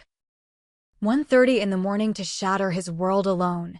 Her words gave me pause. As furious as I was with my parents, there was truth in what they said. How would Jason react to learning such life-altering news from me, without the context and details that only our parents could provide? But the alternative, waiting until morning, letting Jason wake up excited for his wedding day, only to have that joy transformed into horror, seemed equally unbearable. I need to tell him now, I said finally, standing up. He deserves to know before he puts on his tuxedo, before he starts getting ready for a wedding that can't happen. And Megan deserves the same consideration. Sophia, please, Mom begged. Give us a chance to do this right. You've had 5 years to do this right, I said, my voice breaking. You've had Jason's entire life. You don't get any more chances. I turned to leave, but Dad's next words stopped me cold. If you do this, Sophia, you need to understand the consequences. This won't just affect Jason and Megan. It will change how he sees all of us, including you, for being the bearer of this news. I faced him, tears finally spilling down my cheeks. I know. But I'd rather have him hate me for telling the truth than love me for participating in a lie. Without waiting for their response, I grabbed my car keys from the hook by the door and walked out into the night, my destination clear. The hotel where my brother was spending his last night as a single man, unaware that his fiancée was also his sister. The drive to the Grand Willow Hotel took 20 minutes, but it felt like hours. My hands gripped the steering wheel so tightly my knuckles turned white, and my mind raced with the impossible conversation that lay ahead. How do you even begin to tell someone that their entire life, their identity, their love, their future, has been built on a foundation of lies? Streetlights flashed past, illuminating my tear-streaked face in rhythmic intervals. The late-night roads were nearly empty, leaving me alone with the crushing weight of what I was about to do. I'm sorry, Jason, I practiced aloud to the empty car. There's something you need to know about Megan. No, that wasn't right. This wasn't about Megan. This was about our parents, about 25 years of deliberate deception. Mom had an affair. The words sounded harsh, accusatory. This wasn't Mom's fault alone. Everyone had participated in this elaborate charade. Dad, Brian, Jennifer, even Grandma Elizabeth. By the time I pulled into the hotel parking lot at 2:17 a.m., I still hadn't found the right words. Perhaps there were none. Perhaps some truths were so devastating they defied articulation. I sat in my car for several long minutes, gathering courage. The hotel's facade was elegant, its windows mostly dark except for the lobby and a few scattered rooms where lights still burned. One of those, I knew, belonged to my brother. Finally, I picked up my phone and dialed Jason's number. It rang 4 times before he answered, his voice thick with sleep. "Saf? What's wrong?" "It's the middle of the night." "I need to see you," I said, my voice surprisingly steady. "I'm in the parking lot." "The parking lot?" He sounded more alert now, concerned. "Are you okay?" "No," I admitted. "Please, Jason. It's important." There was a pause, then rustling sounds. "Give me 5 minutes. I'll meet you in the lobby." True to his word, Jason appeared in the lobby exactly 5 minutes later. He wore sweatpants and a faded University of Pennsylvania t-shirt, his dark hair rumpled from sleep. Despite the late hour and abrupt awakening, he looked happy, a man on the eve of marrying the woman he loved. My heart constricted painfully in my chest. "What's going on?" he asked, giving me a quick hug. "Is it Mom? Dad?" I shook my head, unable to speak past the lump in my throat. The lobby was deserted except for a night clerk who was tactfully pretending not to notice our late-night meeting. "Let's sit down," I managed, gesturing to a seating area in the corner, far from the clerk's curious ears. Jason followed me, concern etched across his features. We sat on adjacent sofas, knees nearly touching across the small coffee table between us. "You're scaring me, Sophia," he said quietly. "Whatever it is, just tell me." I took a deep breath, feeling as though I was standing at the edge of a cliff. Once I spoke, there would be no going back. Everything would change. "I learned something tonight," I began, my voice barely above a whisper. "Something that affects your wedding to Megan." Jason leaned forward, brow furrowed. "What are you talking about? Is this about Patricia's weird behavior at dinner?" I nodded. "Partly. After everyone left, she came back. She told me." I swallowed hard, forcing myself to maintain eye contact. "She told me that 25 years ago, Mom had an affair with Brian Parker." Jason blinked, confusion replacing concern. "Brian Parker? Megan's dad? That's ridiculous." "They only met when I introduced them." "No, Jason. They've known each other for decades. They were neighbors before the Parkers moved to California. The move happened right after you were born." Understanding began to dawn on his face, followed immediately by denial. "What are you saying, Sophia? Just say it plainly." The moment had come. No gentle way existed to deliver this blow. "Brian Parker is your biological father," I said, the words hanging in the silent lobby like physical things. "You and Megan share the same father. You're half-siblings." Jason stared at me, his face completely blank for several seconds. Then he laughed. A sharp, disbelieving sound that echoed painfully in the quiet space. "That's not funny, Sophia. What the hell kind of joke is this the night before my wedding?" "It's not a joke," I said softly.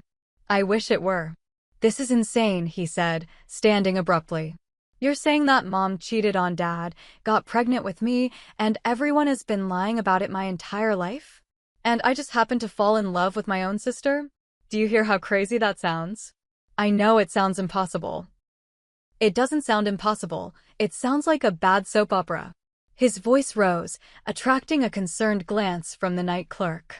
Jason noticed and lowered his voice to a fierce whisper. "Who put you up to this? Is this some kind of sick pre-wedding prank?" "Jason, please," I reached for his hand, but he pulled away. "Patricia found letters between Mom and Brian. Grandma Elizabeth confirmed it. When I confronted Mom and Dad tonight, they admitted everything." "Then call them," he challenged. "Right now. Put them on speaker and let me hear them say it." With shaking hands, I pulled out my phone and dialed our parents' number. Dad answered on the first ring, as though he'd been waiting by the phone. "Sophia? Where are you?" "I'm with Jason," I said, putting the call on speaker. "He doesn't believe me." "Tell him, Dad. Tell him the truth about his father." The silence that followed seemed to stretch into eternity. Finally, Dad's voice came through, heavy with resignation. "Jason, son, I'm so sorry. We never wanted you to find out this way." The color drained from Jason's face. He sank back onto the sofa, legs seemingly unable to support him any longer. "It's true," he whispered, though it wasn't really a question anymore. "Yes," Dad admitted. "But Jason, listen to me. I am your father in every way that matters. I've loved you from the moment you were born. This changes nothing about our relationship. Except that my entire life has been a lie," Jason said, his voice frighteningly empty. "And the woman I'm supposed to marry tomorrow is my sister. We were going to tell you in the morning," Dad said desperately. "All of us together. We were going to explain everything." "The morning of my wedding?" Jason's voice cracked. "That was your plan?" "Jason," Dad began, but Jason reached over and ended the call. For several minutes, he sat perfectly still, staring at nothing. I remained silent, giving him space to process the unprocessable. When he finally looked at me, his eyes were filled with such raw pain that I had to fight the urge to look away. "Does Megan know?" he asked. I shook my head. "No one has told her yet." Jason stood again, more steadily this time. "I need to be the one to tell her." "Now? It's almost 3 in the morning. Would you be able to wait if you were her?" he asked, and I had no answer. The night clerk was openly watching us now, clearly sensing the drama unfolding in his lobby. Jason noticed and said, "I need privacy for this. Come up to my room." I followed him to the elevator and up to the 6th floor.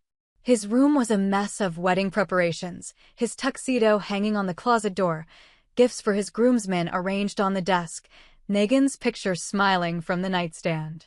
The sight of these normal, hopeful things made my chest ache. Jason picked up the hotel phone and dialed. "Megan? It's me. I know it's late." "No, everything's not okay. I need to see you right now. Can you come to my room? It's important. Please, Megan. Room 612. Thank you." He hung up and turned to me. "She's coming. Do you want me to stay?" I asked uncertainly. Jason looked at me for a long moment. "I don't know, Sophia. Part of me blames you for this, even though I know it's not your fault. You're just the messenger." "I can wait in the hallway," I offered, "in case either of you needs me afterward." He nodded, seemingly relieved by the suggestion. "That would be good." While we waited for Megan, Jason paced the room like a caged animal, occasionally stopping to stare out the window at the dark parking lot below. He didn't cry, didn't rage, didn't ask further questions. His shock had transformed into a terrible, contained stillness that worried me more than any outburst would have. A soft knock at the door came 10 minutes later. Jason froze, then moved to answer it with the hesitation of a man approaching his execution. Megan stood in the hallway, her long honey-blonde hair hastily pulled into a ponytail, wearing pajama pants and a university sweatshirt. Her face was creased with worry. "Jason? What's wrong? Why is Sophia here?" "Come in," he said gently. "We need to talk." I slipped past Megan into the hallway, catching a glimpse of her confused, frightened expression before Jason closed the door. I leaned against the wall opposite their room, sliding down until I sat on the carpeted floor. Through the door, I could hear the muffled sound of Jason's voice, then silence. More of Jason's voice, low and steady. Then a cry, Megan's, so filled with anguish that it physically hurt to hear. More voices rising and falling. Something crashed against a wall. Sobbing. A sound so raw and primal it barely seemed human. The hotel door to my right opened, and an elderly man in a bathrobe peered out with irritation. "What on earth is going on out here?" he demanded. "Family emergency," I said weakly. "I'm very sorry about the noise." He harumphed, but retreated back into his room. Down the hall, another door opened slightly, then quickly closed. Inside room 612, the sobbing continued. I hugged my niece to my chest, my own tears falling silently. In the space of a few hours, 2 people who loved each other deeply had learned that their love was forbidden, taboo, impossible. Their planned life together had shattered beyond repair, and I had been the hammer that delivered the blow. Nearly an hour passed before the door finally opened. Megan emerged first, her face blotchy and swollen from crying, her eyes vacant with shock. She didn't acknowledge me as she walked unsteadily toward the elevator. I stood and entered the room to find Jason sitting on the edge of the bed, head in his hands. The room was in disarray. A lamp lay broken on the floor, the contents of a gift bag scattered across the carpet. "Jason," I ventured softly. "Go home, Sophia," he said, not looking up. "Please." "I can't. I just can't right now. I don't think you should be alone." "I've never been more alone in my life," he said, his voice hollow. "Finding out that my father isn't my father, that the woman I love is my sister, that everyone I've ever trusted has been lying to me. I need space. Please." I wanted to argue, to insist on staying, but I recognized the futility. This pain was beyond my ability to comfort or fix. "I love you, Jason," I said, my voice breaking. "We all do. This doesn't change that." He finally looked up at me, his eyes red-rimmed but dry. "Doesn't it? Because from where I'm sitting, everything has changed. Every memory, every family photo, every story I've ever been told about myself, it's all different now. It's all a lie." I had no response to that truth. I simply nodded, then reluctantly left, closing the door softly behind me. In the elevator down to the lobby, I checked my phone. 27 missed calls and texts from my parents. None from Patricia, who had delivered this devastating truth then disappeared, leaving others to deal with the fallout.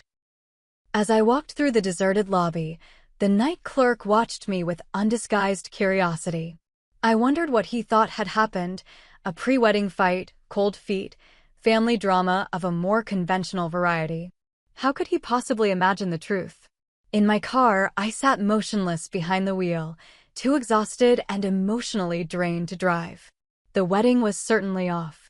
In a few hours, 200 guests would need to be informed, vendors contacted, deposits forfeited. The practical aftermath of this revelation would be messy and public. But the emotional aftermath would be far worse. My brother had lost not only his fiancé, but his very identity in a single cruel moment. And I had been the one to deliver that blow, forever associating myself with the destruction of his happiness. As the first light of dawn began to color the eastern sky, I finally started my car. The day of what should have been my brother's wedding had officially begun, and nothing would ever be the same again. I awoke to the insistent buzzing of my phone, having finally fallen into a restless sleep around 6 in the morning. The display showed 9:27 a.m. and 38 missed calls from my parents, from Aunt Patricia, from relatives who had undoubtedly begun to hear rumors of the wedding's abrupt cancellation. My first coherent thought was of Jason.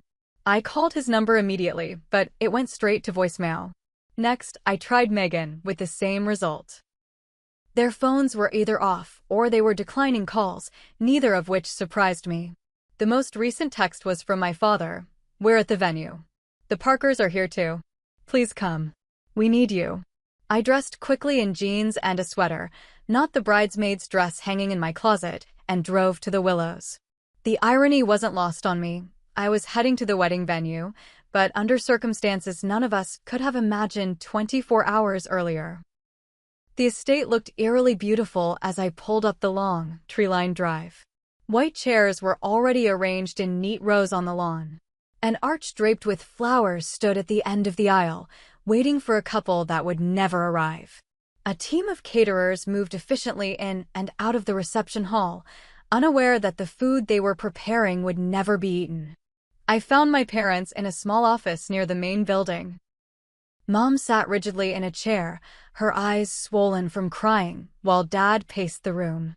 Brian and Jennifer Parker stood by the window, as far from my parents as the small space allowed.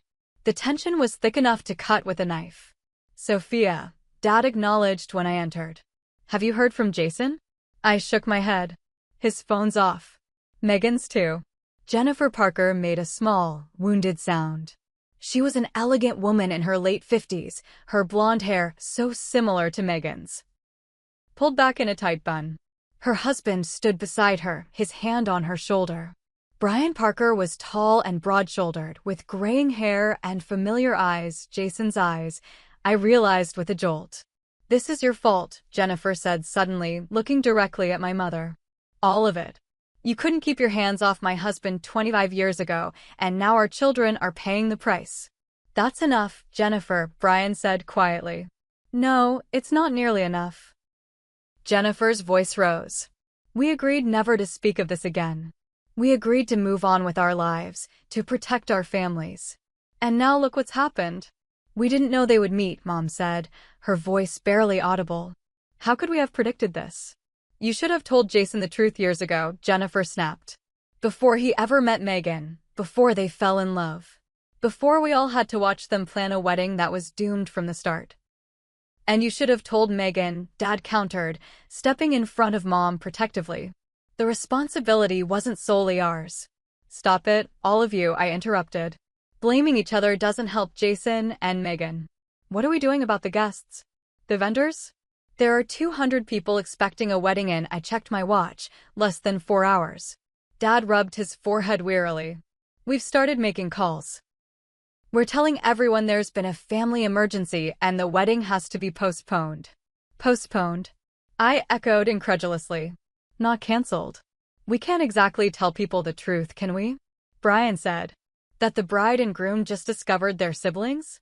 The blunt statement hung in the air, making the reality of our situation impossible to deny or soften. "The wedding coordinator is helping us contact the vendors," Mom added. "Most of them are being understanding about the deposits, given the circumstances." "What circumstances did you tell them exactly?" I asked. "That there's been a medical emergency," Dad replied. "It's the easiest explanation." The door opened and Aunt Patricia entered, looking haggard. Uncle Robert followed close behind her, his expression grim. "Any news from Jason?" Patricia asked, pointedly ignoring the hostile glares from my parents. "Nothing," I replied.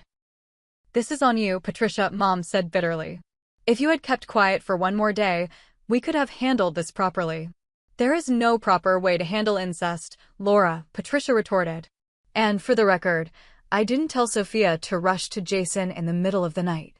I simply gave her the information you should have shared years ago." "Don't you dare take the moral high ground," Brian interjected. "You've inserted yourself into a situation that wasn't yours to manage." "Someone needed to think about those kids," Patricia shot back, "while the rest of you were planning a wedding that should never have happened." "Enough." Grandmother Elizabeth's authoritative voice cut through the arguing as she entered the room, supported by Uncle Robert's son Kyle. "This bickering solves nothing. Where are Jason and Megan?" No one had an answer. My phone buzzed with a text, and everyone turned to me expectantly. But it wasn't from Jason or Megan. It was from Amber, my cousin and fellow bridesmaid. "The bridesmaids and groomsmen are starting to arrive," I informed the room. "They're confused about what's happening." Dad sighed heavily. "I'll go talk to them." "I'll come with you," I offered, desperate for any excuse to escape the suffocating tension of that room. Outside, the perfect May morning seemed to mock our family crisis. Birds sang in the ancient oaks that dotted the property, and the sun sparkled on the lake visible beyond the reception hall. In another universe, this would have been a perfect day for a wedding. We found the wedding party gathered near the bridal suite, 3 bridesmaids including Amber, and 4 groomsmen including Kyle's brother. Their faces showed various degrees of confusion and concern. "What's going on, Mr. Miller?" asked Cameron, Jason's best friend since college and his best man. "No one can reach Jason or Megan." Dad cleared his throat. "I'm afraid the wedding has been postponed. There's been a family situation that requires immediate attention." "What kind of situation?" Amber asked, her eyes narrowing suspiciously. "Is everyone okay?" "Jason and Megan are physically fine," I assured her, choosing my words carefully. "But they're dealing with some difficult news that came to light last night." The questions came rapidly then. When would the wedding be rescheduled? Should they try to contact Jason? What should they tell other guests who were already on their way? Dad fielded them as best he could, offering vague reassurances that convinced no one. As the morning progressed, the full weight of the cancellation began to materialize. Guests arrived despite our best efforts to contact everyone, requiring repeated explanations of the family emergency. The catering manager approached me with questions about what to do with the food. The photographer arrived, confused about whether to set up. Around noon, I finally received a text from Jason. I'm at Lucas's apartment. I'm safe. Don't try to see me. Lucas was another of his close friends, someone who had not been involved in the wedding party. I shared this information with my parents, providing minimal relief to their worry. Still, no word came from Megan. By 2 o'clock, when the ceremony should have been starting, most guests had been turned away, the vendors were packing up, and our extended family had gathered in the main house, muttering in small groups. The story had morphed and expanded with each telling, though the actual truth remained known only to those of us who had been in that small office earlier. I heard they had a massive fight. I overheard one distant cousin telling another something about prenuptial agreements. I heard she caught him cheating, came another whispered theory. I moved through these conversations like a ghost, neither confirming nor denying anything, exhaustion making my limbs heavy and my thoughts sluggish. Uncle Robert approached me as I sat alone on a bench overlooking the lake. Patricia didn't mean for this to happen this way, he said quietly, sitting beside me. Didn't she? I asked, too tired for politeness. She waited until the night before the wedding to reveal a truth she's known for months. She could have told Jason directly at any point, but she chose to put it on me. Robert sighed. She thought your parents would do the right thing once they realized she knew. When they didn't, she felt trapped. But she does care about Jason, about all of you. Caring isn't enough, I said. Not when you destroy people's lives. The truth didn't destroy their lives, Sophia, he countered gently. The lies did. The truth, painful as it is, will eventually set them free. I wanted to believe him, but in that moment, free seemed like the last word I would use to describe Jason and Megan. They were imprisoned by a truth they never asked for, grieving not only the loss of their relationship, but the shattering of their very identities. By evening, the venue was cleared, the guests dispersed, the news thoroughly disseminated throughout our extended family and social circles. We gathered at my parents' house, Mom, Dad, Grandma Elizabeth, Uncle Robert, Aunt Patricia, and me, a fractured family trying to pick up the pieces. Jennifer says Megan is with them at their hotel, Dad reported after a phone call. She's devastated, obviously, but physically okay. They're flying back to California tomorrow. And Jason? Grandma Elizabeth asked. Still at Lucas's. He's not ready to talk to any of us yet. Can you blame him? I said, unable to keep the bitterness from my voice. No, Mom admitted quietly. I don't blame him at all. We sat in uncomfortable silence, each lost in our own thoughts and regrets. The doorbell rang, startling us all. Dad went to answer it, returning moments later with an unexpected visitor, Brian Parker. I thought we should talk, he said, addressing the room but looking primarily at me. About where we go from here. Where we go from here? I repeated incredulously. The wedding is cancelled. Your daughter and my brother, your son, have had their lives torn apart. What exactly is there to talk about? The future, Brian said simply. Because whether we like it or not, our families are connected. Forever. I looked around at these people, my family, extended and complicated as it had become, and felt a wave of exhaustion so profound it nearly brought me to my knees. In the space of 24 hours, everything I thought I knew about my life, my brother, my parents, had been appended. And now we were expected to find a path forward, to create some new normal from the wreckage of lies and betrayal. I can't do this right now, I said, standing abruptly. I need to check on Jason. I left them there, these adults who had created this mess with their secrets and compromises and misplaced protectiveness. In trying to shield Jason and Megan from pain, they had ensured its inevitability. And in revealing the truth, I had become complicit in the destruction, the bearer of devastating knowledge. As I drove toward Lucas's apartment, I wondered if any of us would ever truly recover from this day, the day that should have been my brother's wedding, but instead became the breaking point for our entire family. 3 months passed before our family began to find its way back to something resembling normalcy, though normal had been permanently redefined by the events of that May weekend. Jason had moved out of his apartment and in with Lucas temporarily, unable to face the home he'd planned to share with Megan after their honeymoon. He took a leave of absence from his job at the architectural firm, using the time to process his grief and anger through therapy. For the first month, he refused to see or speak to our parents, communicating with them only through brief, impersonal texts to confirm his well-being. With me, things were complicated. As the messenger, I occupied a unique position in Jason's pain, not its cause, exactly, but forever linked to the moment his world imploded. 2 weeks after the canceled wedding, he finally agreed to meet me for coffee. "I don't blame you," were his first words when we sat down at a quiet corner table. "I want you to know that." Relief washed over me. "I've been so worried about you." "I know." He looked different, thinner, with dark circles under his eyes and a new seriousness in his expression. "I'm not okay, sophomore. But I'm better than I was." "And Megan?" I asked cautiously. Pain flickered across his face. "She's back in California. We haven't spoken since that night at the hotel. I don't know what we would say to each other." "I'm so sorry, Jason. For all of it." He nodded, staring into his coffee. "The thing is, I'm grateful to know the truth. As horrible as it is, living a lie would have been worse.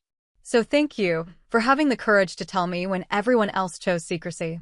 That conversation marked the beginning of our healing as siblings. Over the following weeks, we met regularly, sometimes talking for hours about our family, our childhood, the new lens through which Jason now viewed his life. Other times we simply sat together in companionable silence, drawing comfort from each other's presence. Jason's relationship with our parents was slower to mend.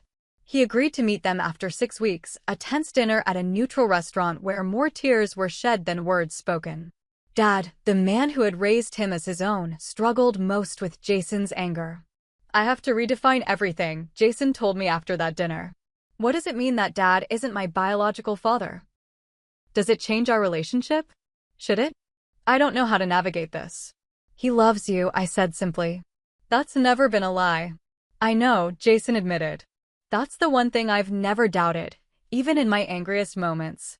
Megan had cut ties with everyone involved. According to occasional updates from her mother to mine, she had taken a teaching position in Seattle, wanting distance from both families. She had deleted her social media accounts and changed her phone number. Her way of coping was to create a clean break, a fresh start untainted by our complicated shared history.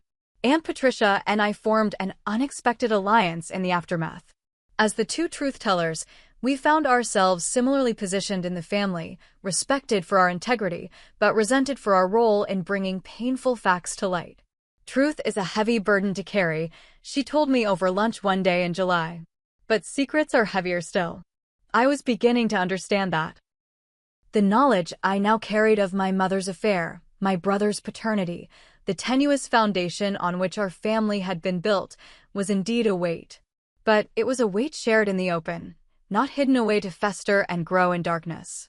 Grandmother Elizabeth surprised me most with her adaptation to our new reality. At 82, she had witnessed enough family drama in her lifetime to take even this in stride.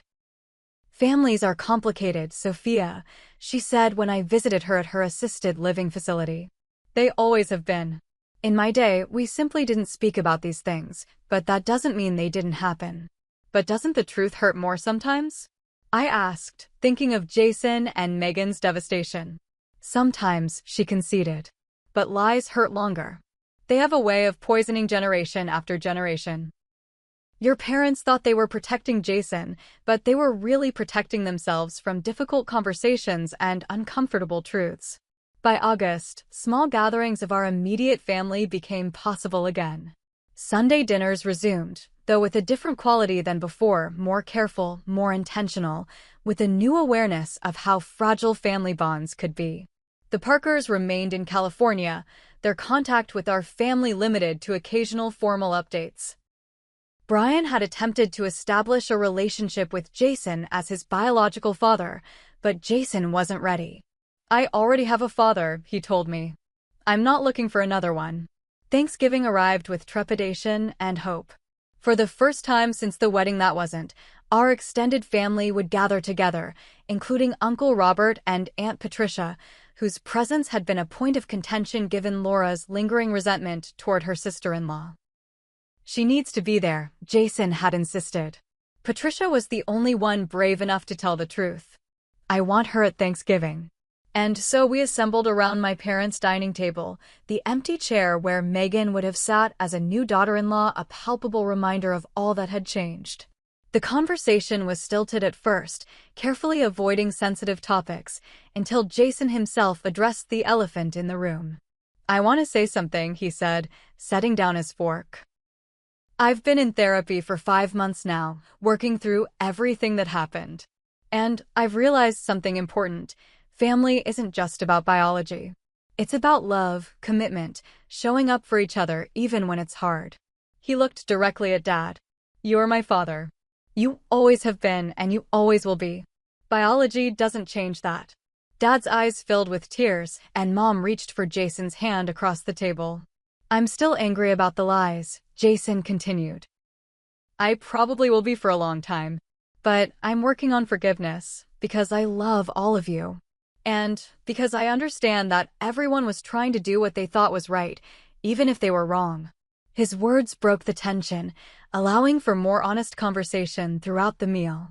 Patricia and Mom even shared a genuine laugh over dessert, a small moment, but significant in its normalcy. After dinner, Jason and I escaped to the back porch, sitting on the very swing where Patricia had revealed the truth to me that fateful night in May. The air was crisp with autumn, so different from the warm spring evening that had changed everything. "Do you ever think about Megan?" I asked quietly. Jason nodded, his eyes fixed on the darkened yard. "Every day. I still love her, Sophia. That doesn't just disappear because we share DNA. Have you tried to contact her?" "Once. I wrote her a letter, telling her that I understand her need for space, but that I'm here if she ever wants to talk. I don't know if she read it." "Do you think you'll ever see her again?" He was quiet for a long moment. "I don't know. Maybe someday when it doesn't hurt so much. When we can look at each other and see just people, not the life we almost had together." "I hope so," I said, leaning my head against his shoulder. "For both your sakes. Can I ask you something?" Jason said after a while. "If you could go back to that night, knowing what would happen, would you still have told me the truth?" I considered the question carefully, understanding its weight. "Yes," I finally said. "It would always be better to know the truth, even when it's painful. Especially when it's painful." Jason nodded. "That's what I thought you'd say. And you'd be right." We sat in comfortable silence, the porch swing creaking gently beneath us. Inside, we could hear the muffled sounds of family, Grandma Elizabeth's distinctive laugh, Uncle Robert's booming voice, the clatter of dishes being cleared. Imperfect people bound together by love and history and, now, by shared pain and healing. "Family is complicated," I said, echoing Grandma's words. "Family is family," Jason replied simply. "The rest is just details."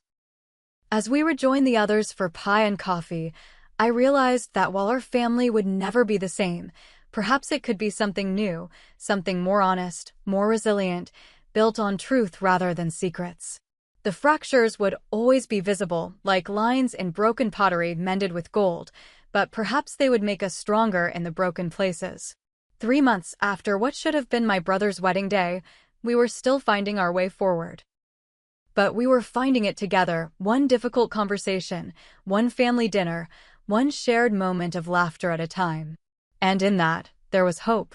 If you've ever had a family secret tear your world apart, drop a comment below and share how you got through it. Did truth ultimately heal your family or create wounds that never closed? Hit that like button if this story resonated with you, and subscribe for more real-life family stories that remind us we're never alone in our struggles. Thank you for joining me on this journey, and remember, sometimes the most painful truths lead to the most authentic healing. See you in the next video.